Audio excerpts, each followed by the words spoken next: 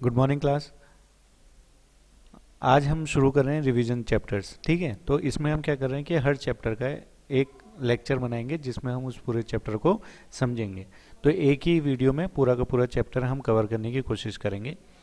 तो जैसे कि यहाँ पे है इंट्रोडक्शन टू अकाउंटिंग, सबसे पहला चैप्टर है। इसमें हम पढ़ेंगे क्या क्या हम इसमें सीखेंगे। सबसे पहला कि मीनिंग क्या है और ज़रूरत क्या है अकाउंटिंग की। ठीक है, और अकाउंटिंग के सोर्स ऑफ इंफॉर्मेशन कौन कौन से होते हैं।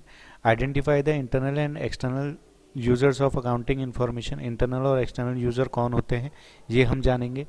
Explain the objective of accounting, accounting के ऑब्जेक्टिव्स क्या क्या हैं वो जानेंगे। रोल्स ऑफ अकाउंटिंग, रोल क्या है अकाउंटिंग का। ठीक, और फिर लास्ट में explain the basic term used in accounting, और जो बेसिक टर्म होती है अकाउंटिंग की वो हम इसमें समझेंगे। ठीक है, तो सबसे पहले यहाँ पे हम बात करते हैं मीनिंग ऑफ अकाउंटिंग। तो मीनिंग ऑफ अकाउंटिंग में सबसे पहले हम देखेंगे कि इसका मीनिंग क्या है। In 1941 the American Institute of Certified Public Accountants AICPA had defined accounting as the art of recording, classifying and summarizing in a significant manner and in terms of money.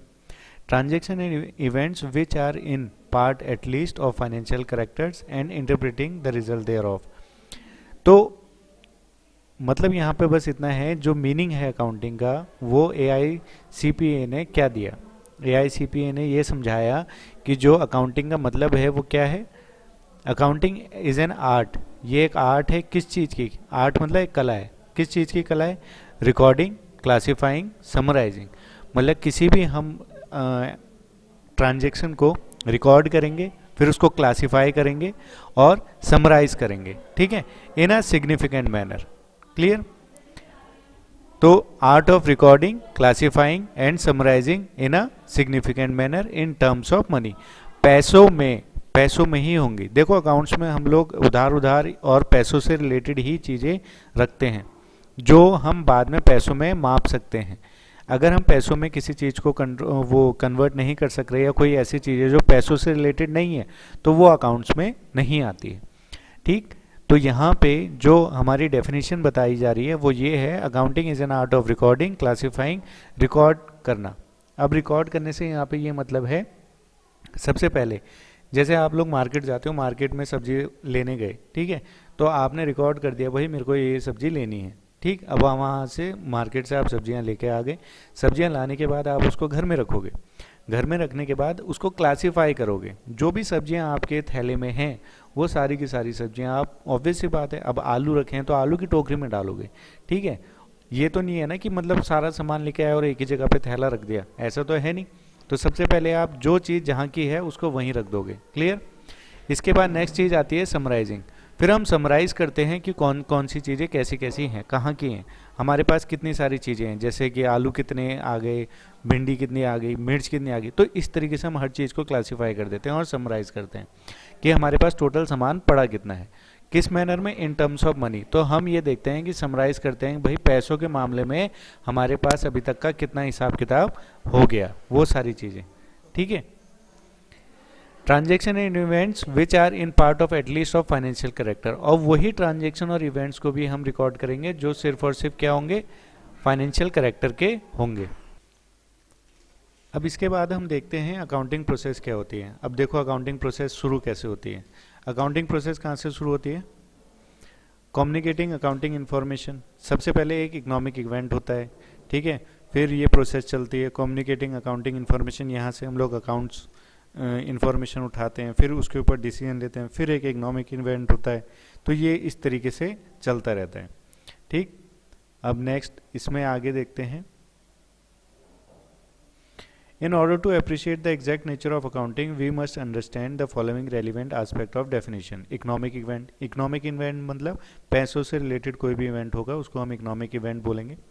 Identification, measurement, recording and communication, ये सारी की सारी चीज़ें भी accounting में आनी include रहती हैं। ये सारी चीज़ें अगर उसमें हैं किसी भी ट्रांजेक्शन में तो हम उसको अकाउंट्स में इंक्लूड करते हैं। ऑर्गेनाइजेशन, ठीक है, ऑर्गेनाइज करना इस तरीके से कि हर किसी को वो जो अकाउंट्स की इंफॉर्मेशन है वो समझ में आ सके।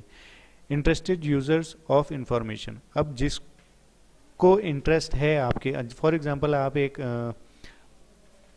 आप अपने खाते बना रहे हो, ठीक है ना, आप अपने अकाउंट्स बना रहे हो, सारी की सारी चीज़ें जो भी लेन देन आप कर रहे हो वो सब आप अपने उसमें कर रहे हो, ठीक। उसका इंटरेस्ट किस में, जो भी अकाउंट्स आपने बनाए उसमें किसको इंटरेस्ट होगा? एक तो आपको होगा, आपकी फैमिली को होगा, ज़्यादा से ज़्यादा पड़ोसियों को तो होगा नहीं, ठीक है। तो वही सारी चीज़ें इसमें आएंगी। तो हम लोग किसको किसके हिसाब से बनाते हैं? इंटरेस्टेड यूजर्स ऑफ इंफॉर्मेशन, जो लोगों को इंटरेस्ट है उन्हीं लोगों के लिए हम ये अकाउंट्स को बनाते हैं, ताकि वो लोग देख सकें, समझ सकें और फिर कंपनी में पैसा लगा सकें। क्लियर है? इकोनॉमिक इवेंट्स कौन कौन से हैं? देखो, sale of merchandise, economic events यहाँ पे जो भी है जिसमें इकोनॉमिक इवेंट्स होते हैं, business organisation involves economic events. An economic event is known as happening और consequences to a business organisation which consist of transaction and which are measurable in monetary terms. जो भी बिजनेस एक transaction करता है, कोई भी सामान खरीदता है, बेचता है, ठीक है, तो वो मेजरेबल होता है मॉनेटरी टर्म्स में, हम उसको पैसों में मेजर कर सकते हैं। जैसे कि purchase of machinery, installing and keeping it ready for manufacturing and event. तो ये सारे के सारे क्या हैं? एक तरीके से इकोनॉमिक इवेंट्स हैं। क्लियर? इसके बाद नेक्स्ट, अब जैसे यहाँ पे और भी हैं एक्सटर्नल इवेंट्स, कौन से हैं? Sale of merchandise to the customer, हम लोग कस्टमर को सेल कर रहे हैं, है ना। Rendering services to the customer by ABC limited, अब एबीसी एक लिमिटेड है, वो अपने कस्टमर को सर्विसेज दे रही है। अब सर्विसेज क्या होती हैं? देखो, जो डॉक्टर होते हैं, वकील होते हैं, ये सारे के सारे टीचर्स होते हैं, ये अपनी सर्विसेज प्रोवाइड कराते हैं, क्योंकि ये कोई प्रोडक्ट नहीं बेच रहे हैं। और जो कंपनियां होती हैं जो प्रोडक्ट बेच रही होती हैं, तो वो लोग अपने प्रोडक्ट बेचते हैं, ठीक है। तो सेल प्रोडक्ट भी होते हैं, और यहाँ पे जो लोग प्रोडक्ट नहीं बेचते तो वो अपनी सर्विसेज देते हैं और उसके बदले में उनको पैसे मिलते हैं। Purchases of material from supplier, हम किसी सप्लायर से सामान खरीद लेते हैं, तो वो सारे, तो ये सारी की सारी चीज़ें हमारी किसके अंतर्गत आ गई? इकोनॉमिक इवेंट्स के अंदर। फिर आ जाता है identification, measurement, recording and communication. इसमें देखा जाए तो आइडेंटिफिकेशन कैसा? It means determining that what transaction to record, हमें ये देखना है कि भाई किस तरह की ट्रांजेक्शन हमने रिकॉर्ड करनी है। तो मैंने अभी अभी आपको बताया कि अकाउंट्स में हम सिर्फ और सिर्फ फाइनेंशियल कैरेक्टर वाली जो हैं उन्हीं को रिकॉर्ड करते हैं। अगर वो फाइनेंशियल कैरेक्टर में नहीं है तो हम उनको नहीं रखेंगे। फॉर एग्जांपल, रतन टाटा एक बहुत अच्छा इंसान है, तो इसको मैं अकाउंट्स में रख के क्या करूँगा? लेकिन रतन टाटा ने मेरे को 2 लाख रुपए दिए हैं, तो मैं इसको रिकॉर्ड करूँगा। क्यों? क्योंकि ये फाइनेंशियल कैरेक्टर का है और मेरे को उसको 2 लाख रुपए देने पड़ेंगे वापस, क्योंकि उधार लिए होंगे। तो वो पैसे जब मुझे वापस देने पड़ेंगे तो ये हिसाब किताब मैं अपने बुक्स ऑफ अकाउंट्स में लिखूंगा। तो आइडेंटिफाई करना पड़ेगा कि किस तरीके की ट्रांजैक्शन हम लोगों ने करी है, ठीक है। इसके बाद आ जाता है हमारा मेजरमेंट। हम मेजरमेंट कैसे करेंगे? It means quantification of business transaction into financial term by using monetary unit. For example, rupees and पैसा एज अ मेजरिंग यूनिट। आप कितने ट्रांजेक्शन्स कर रहे हो, किस लेवल पे कर रहे हो, करोड़ों में कर रहे हो, अरबों में कर रहे हो, तो कैसे उसको मेजर करोगे? या तो रुपए में करोगे या पैसे में करोगे। तो इस तरीके से हमें मेजर करना पड़ेगा। भाई आज की डेट में हम लोग जब अंबानी को देखते तो हम ये देखते ना कि इसकी नेटवर्थ कितनी है, बिलियंस है, मिलियंस है। तो आप किस में मेजर कर रहे हो? पैसों में कर रहे हो, रुपए में कर रहे हो, मिलियंस में कर रहे हो, डॉलर में कर रहे हो? तो ये मेजरमेंट आपको देखना है। Next, recording. Once the economic events are identified and measured in financial term, these are recorded in the books. अब जब आपने एक बार देख लिया, आइडेंटिफाई कर लिया कि भाई ये कैसी ट्रांजैक्शन है और उसको मेजर भी कर लिया कि आप उसको रुपए में, पैसे में, डॉलर में कर रहे हो, किस में मेजर कर रहे हो, जब आपने ये दोनों चीज़ें कर ली उसके बाद आप उसको क्या करोगे? बुक्स ऑफ अकाउंट्स में रिकॉर्ड कर लोगे। क्लियर? उसके बाद आता है communication. The economic events are identified, measured and recorded in order that the pertinent information is generated and communicated in a certain form to management and other internal and external users. अब इसका मतलब, communication का मतलब मैंने अभी अभी आपको बताया कि हर कोई कंपनी में इंटरेस्टेड होता है कि नहीं है, कि उसको पैसा लगाना है या पैसा वहाँ से निकालना है। फॉर एग्जांपल, अगर आप एक इंसान को ऐसे पैसे दे देते हो जो पैसे लेके भाग सकता है, या अब आपने किसी एक इंसान को पैसे दे दिए और आपको बाद में पता चला कि ये पैसे लेके भाग सकता है या इसके पास कुछ दिनों में पैसे नहीं रहने वाले, तो आप उसे ऑलरेडी पहले ही जाके उससे पैसे ले लोगे, है कि नहीं है? तो ऐसे ही ये सारी चीज़ें होती हैं बिजनेस में भी। तो बिजनेस में जितनी भी कंपनियां हैं वो सारी अपनी बैलेंस शीट को, अपने खातों को इस तरीके से बनाती हैं कि सामने वाले जो बाहर के बंदे हैं और जो अंदर के लोग भी हैं, जो उनके स्टाफ मेंबर्स हैं उन लोगों को भी पता चल सके कि हमारी कंपनी की माली हालत कैसी है, और बाहर वालों को भी पता चल सके। अब अगर अकाउंट्स अच्छे नहीं होंगे तो बाहर वाले जो होंगे वो पैसे लगाएंगे ही नहीं। वो कहेंगे जब इसकी अपनी हालत सही नहीं है तो हमारा पैसा भी ये डुबा देगा, तो इसलिए बाहर वाले पैसे नहीं लगाएंगे। ठीक है, तो जो ये इन्फॉर्मेशन होती है अकाउंट्स की, ये इंटरनल और एक्सटर्नल दोनों यूजर्स के लिए बेनिफिशियल होती है, और ये कम्युनिकेट करने में हेल्प करती है जो एक्सटर्नल यूज़र्स होते हैं और इंटरनल यूज़र्स होते हैं उनके बीच में। एक्सटर्नल कौन है? जैसे कि हम लोग जो पैसा लगाते हैं, हम लोग जो उनका सामान खरीदते हैं। ठीक है, इंटरनल जो कंपनी के ही लोग हैं, वो सारे के सारे इंटरनल लोग हैं। ठीक। Organisation refers to a business enterprise whether for profit not for profit motive. ठीक है, ऑर्गेनाइजेशन कैसी होंगी? दो टाइप की ऑर्गेनाइजेशन होती हैं। सबसे पहला तो है हमारा प्रॉफिट मोटिव वाली होगी, दूसरी नॉट प्रॉफिट मोटिव वाली होगी। प्रॉफिट ऑर्गेनाइजेशन कौन सी हैं? वो सारी कंपनियां जो मुनाफे के लिए कंपनियां चल रही हैं, जो वो सारी की सारी हमारी प्रॉफिट मोटिव बिजनेस ऑर्गेनाइजेशंस हैं। और नॉट प्रॉफिट मोटिव वाली वो सारे बिजनेसेस हो गए जो पैसा कमाने के लिए काम नहीं करते, वो सिर्फ सोशल वेलफेयर के लिए काम कर रहे हैं। जैसे कि आपके एनजीओज हो गए, हॉस्पिटल्स हो गए, गवर्नमेंट हॉस्पिटल, गवर्नमेंट स्कूल, ये सोशल वेलफेयर के लिए हैं, तो ये आपका प्रॉफिट नहीं कमाते। इसके बाद आता है इंटरेस्टेड यूजर्स ऑफ इंफॉर्मेशन। अब इंटरेस्टेड यूजर्स ऑफ इंफॉर्मेशन से यहाँ पे ये मतलब है कि हर लेवल का बंदा जो होगा, अब जैसे बिजनेस में है कोई एक अलग अलग लोग हैं, तो उनको इन्फॉर्मेशन सारी नहीं चाहिए होती। समझ रहे हो आप? जैसे कि यहाँ पे अगर मैं हूँ, मेरे को किसी कंपनी में पैसे लगाने हैं, तो मेरे को तो एक बैलेंस शीट से मतलब होगा कि भाई कंपनी की बैलेंस शीट कैसी है। यहाँ पे लायबिलिटी, यहाँ पे एसेट होता है, तो मैं उसकी माली हालत देख के ये पता लगा लूँगा भाई उसकी एसेट्स इतनी है, लायबिलिटी इतनी है, ये मेरे को पैसा दे पाएगा नहीं दे पाएगा, यहाँ मेरा पैसा डूबेगा तो नहीं डूबेगा। ये सारी चीज़ें मैं इसकी बैलेंस शीट देख के पता लगा सकता हूँ। वहीं ये सारी इंटरनल जो यूज़र होते हैं और एक्सटर्नल यूज़र होते हैं, उन दोनों के ही ये काम आती है।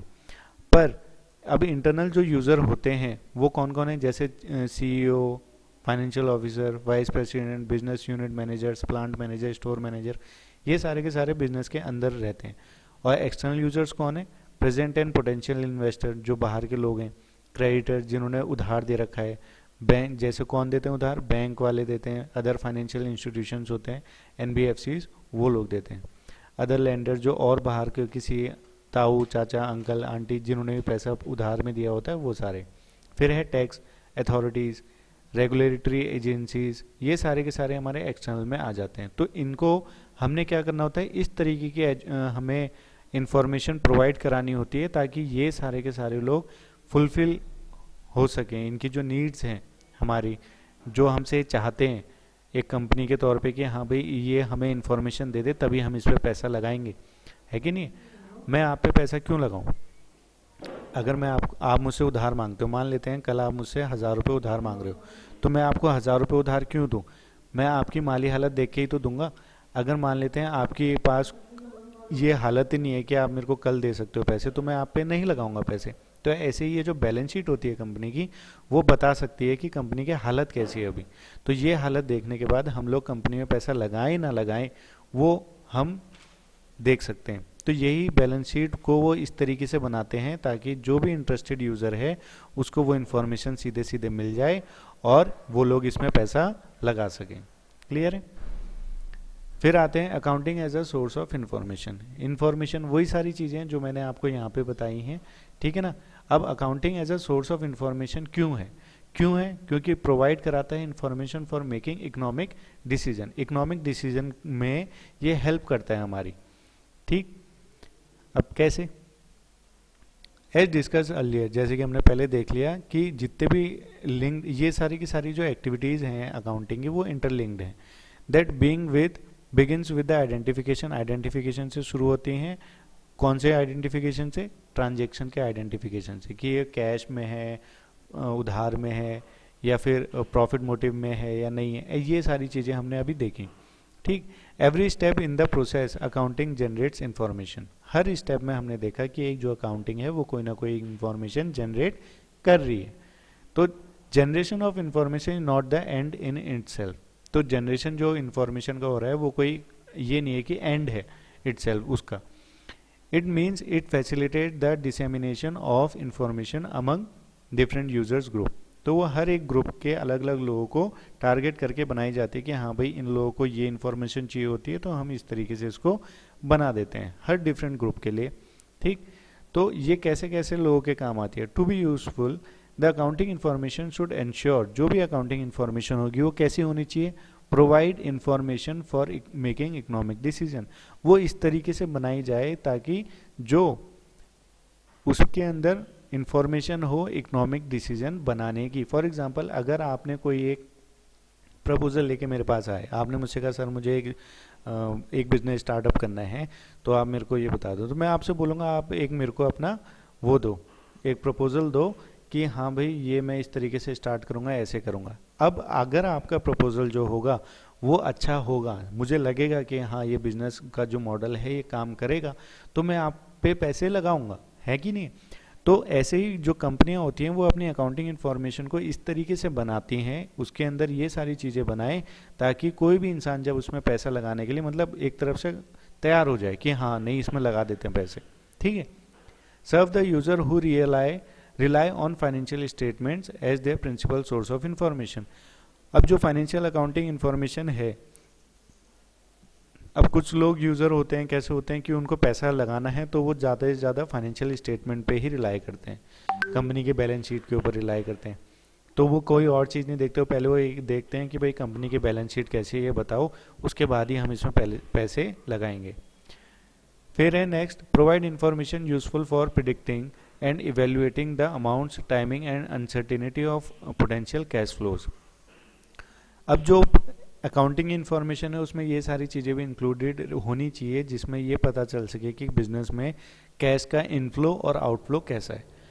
मतलब कैश का इनफ्लो, कंपनी के पास कितना पैसा आ रहा है और कंपनी के पास से कितना पैसा जा रहा है। अगर ज़्यादा पैसा आ रहा है और कम पैसा जा रहा है तो पैसा लगाने में फ़ायदा है, लेकिन कम पैसा आ रहा है और इनके पास से पैसा ज़्यादा रहा है तो इसमें पैसा लगाने की नुकसान ही है, एक तरीके से लॉस हो सकता है, पैसा डूब सकता है। ठीक है, तो ये सारी चीज़ें इसमें हमको मेंशन करी गई होती हैं कि हमको किस तरीके से ये अकाउंटिंग का जो सोर्स ऑफ इंफॉर्मेशन इसको किस तरीके से हमें बनाना चाहिए, अकाउंटिंग हमारी जो फाइनेंशियल स्टेटमेंट्स हैं उनको किस तरीके से बनाना चाहिए, वो सारे के सारे यहाँ पे लिखे हुए हैं। अब बात आती है रोल ऑफ अकाउंटिंग की। अब यहाँ पे सबसे बात आती है role of accountant is generating accounting information is to observe, screen and recognize events and transactions, to measure and process them, and thereby compile report comprising accounting information that are communicated to the users। एक accountant का काम क्या होता है कि वो सारे के सारे जितने भी ट्रांजेक्शन हैं उनको ऑब्जर्व करे, उनको रिकॉर्ड करे और फिर उनको प्रेजेंट करें, ताकि एक लेमैन भी जो हो, जो सड़क पे चलने वाला मजदूर भी हो या जिसको थोड़ा बहुत लिखना पढ़ना भी आता है और वो चाहता है कहीं पैसे लगाना या फिर वो चाहता है कि देखना भाई कंपनी किस तरीके से चलती है, तो वो भी उसको समझ सके, इस तरह से बनाया जाए। तो ये सारी चीज़ें इसमें हैं। अब ये किस तरीके से होंगी, अब ये देखने के लिए सबसे पहले हमें कुछ चीज़ें पता होनी चाहिए। The apparently divergent needs of internal and external user of accounting information have resulted in the development of sub-discipline within the accounting discipline, namely financial accounting, cost accounting and management accounting। ये 3 accounting disciplines हैं, जैसे कि आपके science में है ना, physics chemistry maths, ये सब इसमें अलग अलग हैं, तो ऐसे ही इसमें भी आपके अलग अलग फाइनेंशियल अकाउंटिंग आपको मिल जाएंगी स्टेटमेंट, जो भी इनके डिसिप्लिन है। पहला है financial accounting assist keeping a systematic record of financial transaction and preparation and presentation of financial reports in order to arrive at a measure of organizational success and financial soundness। अब financial accounting assist, financial जो accounting होती है, जो report बनाई जाती है, वो हमें ये बताती है कि कंपनी की माली हालत कैसी है। ठीक है, कंपनी की माली हालत कैसी है, वो सही चल रही है, नहीं चल रही है, इसमें पैसा कितना आ रहा है, जा रहा है, वो सारी चीज़ें इसमें मेंशन होती हैं। फिर तभी तो फिर बाहर के जो शेयर होल्डर्स हैं, स्टेक होल्डर्स हैं, वो उसमें पैसा लगाएंगे, नहीं तो अपना पैसा निकाल भी लेते हैं, वो शेयर बेच देंगे मार्केट में। ठीक है।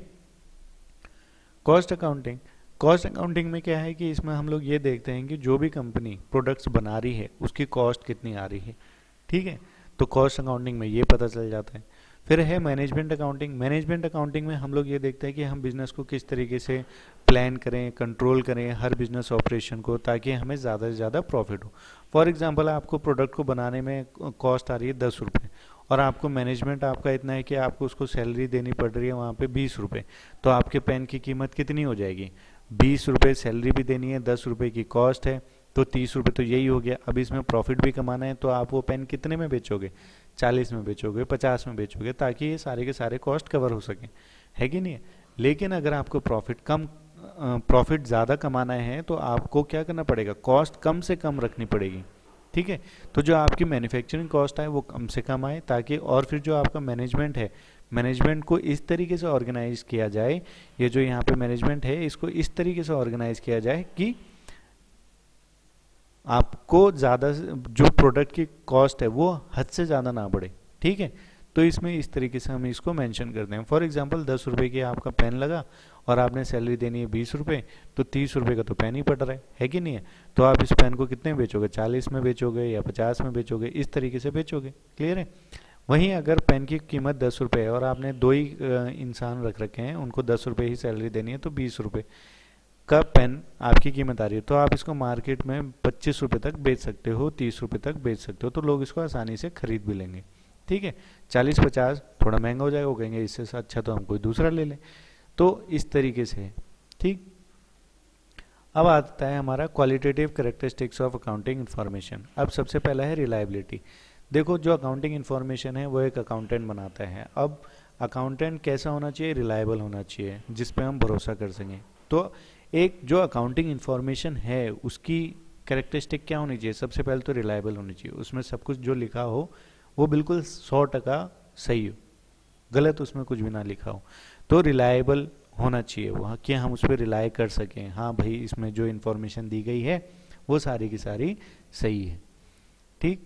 फिर नेक्स्ट आता है रेलिवेंस। वो जो रेलिवेंस होने उसमें फालतू की चीज़ें नहीं होनी चाहिए, उसमें प्रेजेंट है ना, ये इसमें कोई प्रिडिक्शन नहीं हो कि भाई हम फ्यूचर में ये कर लेंगे, पास्ट में ये था हमने ये कर लिया, ऐसा कुछ नहीं। बिल्कुल करेक्ट, जो ज़रूरी है उस वही चीज़ें वहाँ पे बताई जानी चाहिए। अंडरस्टैंडेबिलिटी, मतलब लोगों को समझ में आ सके, ऐसे नहीं कि आपने कुछ भी लिख दिया समझ में कुछ आ नहीं रहा, है ना। ये पैसे यहाँ से आए यहाँ गए, ये पैसा कहाँ था, कुछ पता ही नहीं चल रहा है अकाउंट्स में, आपने किस तरीके से अकाउंट्स बनाए। तो अंडरस्टैंडेबिलिटी होनी चाहिए, ताकि कोई भी इंसान देख सके तो वो समझ सके, अच्छा ये पैसा यहाँ से आया होगा, ये पैसा यहाँ गया है, तो वो सारी चीज़ें, ठीक है। कंपेरेबिलिटी, कि हम उसको कंपेयर कर सकें। कंपेरेबिलिटी से मतलब हम एक बिजनेस की को कंपेयर करते हैं दूसरे बिजनेस से, कि भाई ये बिजनेस कितना बढ़ रहा है और ये बिजनेस क्यों इतना लॉस में जा रहा है। तो ये कब पता चलेगा? जब उसकी बैलेंस शीट और इसकी बैलेंस शीट को हम एक दूसरे के सामने रखेंगे और इन दोनों को ऑब्जर्व करेंगे, तो कंपेयर करेंगे तो हमें पता चलेगा कि हाँ ये सारी की सारी चीज़ें इसमें सही है या गलत हैं। ये जो बिज़नेस है ये किस तरीके से काम कर रहा है तभी लॉस में जा रहा है, और वो जो दूसरा बिज़नेस है वो इस तरीके से काम कर रहा है वो इसलिए प्रॉफिट में जा रहा है। तो कैसे पता चलेगा? जब हम कंपेयर कर पाएंगे। क्लियर।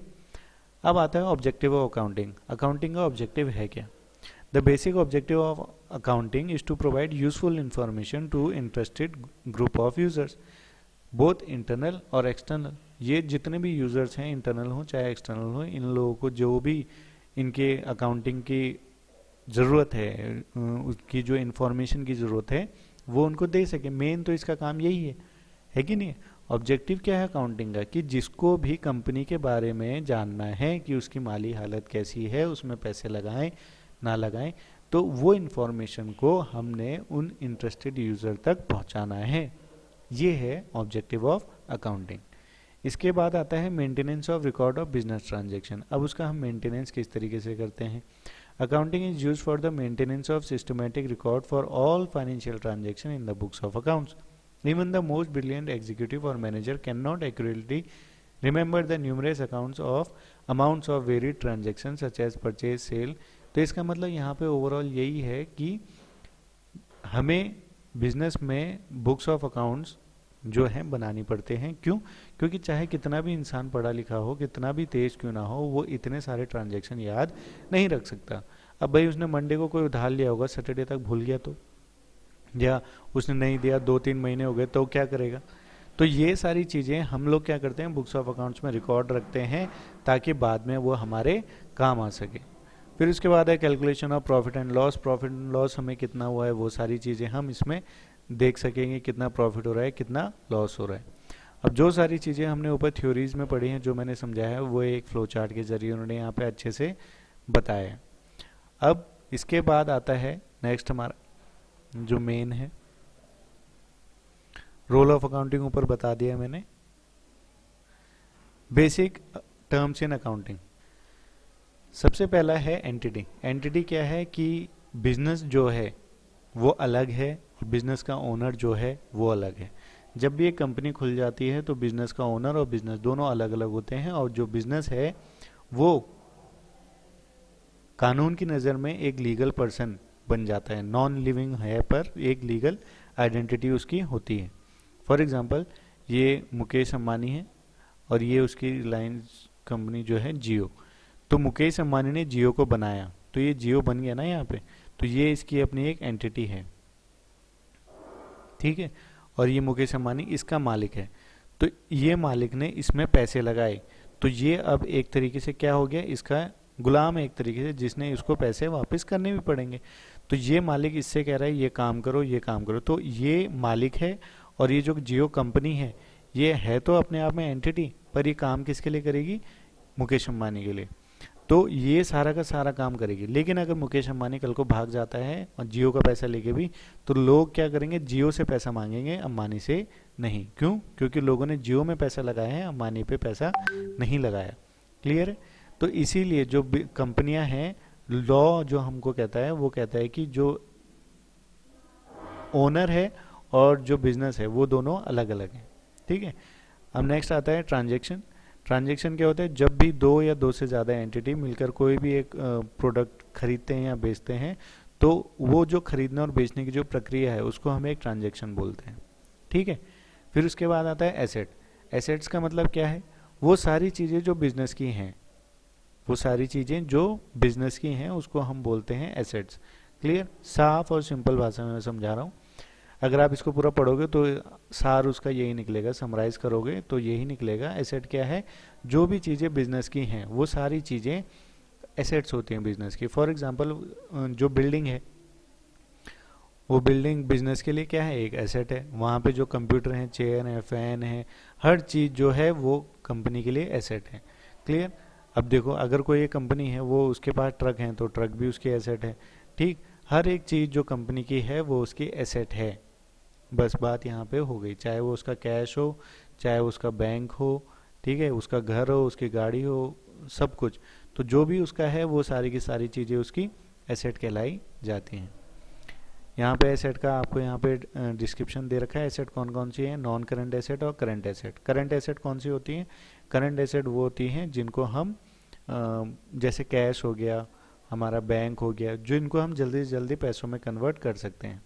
नॉन करंट में आ गया आपका फिक्स्ड एसेट। फिक्स्ड एसेट में हमारा मोस्टली यही आता है, जैसे कि लैंड एंड बिल्डिंग, परचे, फर्नीचर है और मशीनरी है, ये हम फिक्स्ड एसेट में आ गए, क्योंकि ये लंबे समय तक चलती हैं और इनको अगर बेचना भी हो या इनको पैसों में कन्वर्ट करना हो तो जल्दी से कन्वर्ट नहीं हो सकते, तो इसलिए।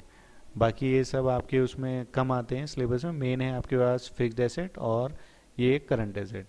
इसके बाद हम आते हैं लाइबिलिटीज़ में। लाइबिलिटीज़ कौन कौन सी हैं, लाइबिलिटी क्या होती हैं। अब देखो, एसेट है जो, वो एसेट हमारे लिए क्या है, एक तरीके से जो भी बिजनेस का है वो एसेट है, और लाइबिलिटी जो बिजनेस का नहीं है वो लाइबिलिटी कहलाते हैं। तो लाइबिलिटी क्या होगी, जो बिजनेस का नहीं है। फॉर एग्जांपल इसने कहीं से लोन लिया तो ये पैसा इसका नहीं है ना, कंपनी का, कंपनी ने तो किसी और से लिया, तो ये कंपनी, पैसा है तो कंपनी के पास पर ये कंपनी का नहीं है। तो जो भी चीज़ें कंपनी की नहीं है वो उसकी लाइबिलिटी कहलाती हैं। फॉर एग्जांपल इन्होंने दूसरी कंपनी से कार ले रखी है ताकि अपने जो भी कर्मचारी हैं उनको लाना और ले जाना उसी से वो करते हैं। तो ये कार जो है कंपनी यूज़ कर रही है पर ये कंपनी की है नहीं है, तो इसीलिए जो भी कंपनी का होता है उसको हम एसेट बोलते हैं, जो भी कंपनी का नहीं होता उसे हम लाइबिलिटी कहते हैं। फिर आती है बात कैपिटल की। अब कैपिटल क्या होता है, कैपिटल का मतलब साफ साफ तौर पे ये है कि जो भी कैपिटल, जो भी पैसा बिजनेसमैन ने बिजनेस में लगाया उसको हम बोलते हैं कैपिटल। ठीक है, ये मुकेश अंबानी है और ये जियो कंपनी है। जितना पैसा बिजनेस में लगाया गया मुकेश अंबानी द्वारा, उसको हम क्या बोलेंगे, कैपिटल बोलेंगे। क्लियर है। इसके बाद आता है सेल। सेल का बारे में आपको पता है, सेल मतलब बेचना, जो भी पैसा हमें मिलता है। रेवेन्यू, रेवेन्यू का मतलब ये होता है कि जितना पैसा हमें सामान बेचने के बाद मिला, वो सारा का सारा हमारा होता है रेवेन्यू। फॉर एग्जांपल 10 रुपये का पेन है, आपने इसको मार्केट में बेचा तो आपको कितने रुपए मिलेंगे, 10 रुपये ही मिलेंगे, तो ये हो गया रेवेन्यू। क्लियर है। आपने कितने में बेचा, हो सकता है आपने 10 रुपये का पेन है, वो आपने बेच दिया 7 रुपये में, तो आपकी रेवेन्यू कितनी हुई, 7 रुपये की। क्लियर है। प्रॉफिट एंड लॉस की बात नहीं चल रही है यहाँ पे, सिर्फ रेवेन्यू की बात चल रही है। और रेवेन्यू क्या है, जितने का आप बेचोगे आपको उसके बदले में कितने मिल रहे हैं, उसको हम रेवेन्यू बोलते हैं। एक्सपेंस, जो छोटे मोटे खर्चे होते हैं कंपनी में चलते रहते हैं, उनको हम एक्सपेंसेस बोलते हैं, यानी कि खर्चे। एक्सपेंडिचर, बड़े खर्चे होते हैं, पर ये ऐसे खर्चे होते हैं जो आगे चल के और पैसा कमाने में हमारी मदद करते हैं। फॉर एग्जांपल, अगर आपने एक बस खरीद ली है और आप उसको खुद ही लेके जा रहे हो ऑफिस स्कूल में, तो कोई फ़ायदा नहीं है। लेकिन अगर आपने वो बस खरीद ली और बस को आपने रोडवेज में लगा दिया, तो अगर आपने उस बस को रोडवेज में लगा दिया और वो रोडवेज पे चल रही है, तो वहाँ से आपको किराया आएगा। अगर आपने एक मशीन खरीदी है और उससे आप कॉफ़ी बनाना शुरू कर दो और फिर बेचना शुरू कर दोगे, तो आपको उससे अर्निंग शुरू हो जाएगी। तो एक्सपेंडिचर एक ऐसे खर्चे जिससे आप और पैसा कमा सकते हो, उसको हम बोलते हैं एक्सपेंडिचर। प्रॉफिट, जो भी फ़ायदा है, हाँ मैम, प्रॉफिट क्या होता है, फ़ायदा। जो भी, अगर हमने 10 रुपये का सामान 12 रुपये में बेचा तो 2 रुपये का हमें फ़ायदा हो गया, उसको हम बोलते हैं प्रॉफिट। गेन मतलब होता है कि कितना % बढ़ गया है, कितना पहले था और अब कितना हो गया है। फॉर एग्जांपल, गेन क्या होता है, उसकी मार्केट वैल्यू। ठीक है।